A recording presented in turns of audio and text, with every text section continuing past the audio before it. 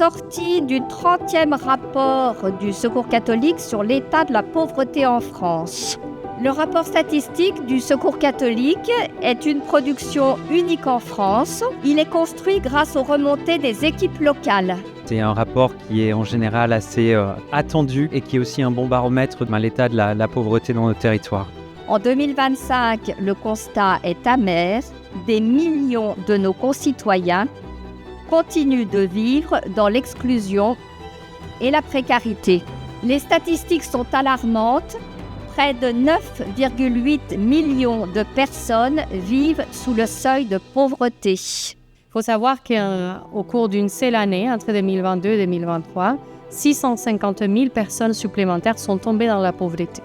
Notre rapport sur l'état de la pauvreté confirme que les premières victimes de la pauvreté sont les femmes. Aujourd'hui comme hier, les premières victimes de la pauvreté des parents sont les enfants. Les chiffres qui ont été donnés dans le rapport, c'est vraiment des chiffres qui ont confirmé tout ce que je vois dans ma pratique professionnelle au quotidien. Et on voit qu'aujourd'hui, la pauvreté dans notre département, elle tend à s'accentuer beaucoup plus que partout ailleurs.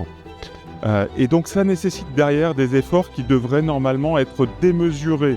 Les emplois les plus rémunérateurs et les mieux formés continuent d'être en défaveur des femmes. Et on est à la fois dans un fonctionnement d'une égalité de droit qui est une perspective, mais qui ne se traduit pas par une égalité de fait. Le deuxième constat du rapport pauvreté, c'est que la pauvreté est davantage liée à des problèmes de santé ou handicap.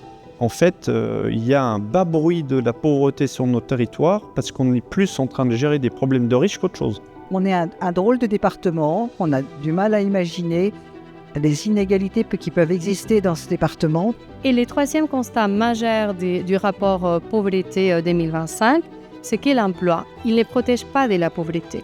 On pense toujours que c'est ceux parce qu'ils ne veulent pas travailler. Et c'est changer ce regard. Et je pense que ce changement de regard permettrait déjà de prendre conscience et après de mettre des actions en place. Alors les défis pour une société plus juste et fraternelle, c'est un grand débat. De pouvoir partager les richesses pour que chacun puisse vivre de façon juste, saine et pouvoir nourrir sa famille, etc. quoi.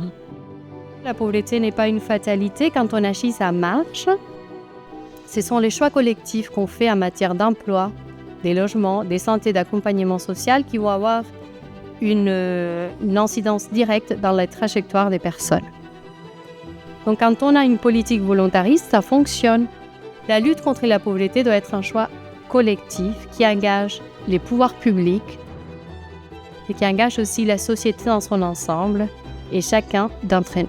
Si on voit en face de nous quelqu'un qui est égal à nous, je pense que là, la société, elle va commencer à changer. Si je vois la personne que je rencontre, quelle qu'elle soit, comme un égal, nous serons en capacité de construire ensemble un monde plus juste et solidaire.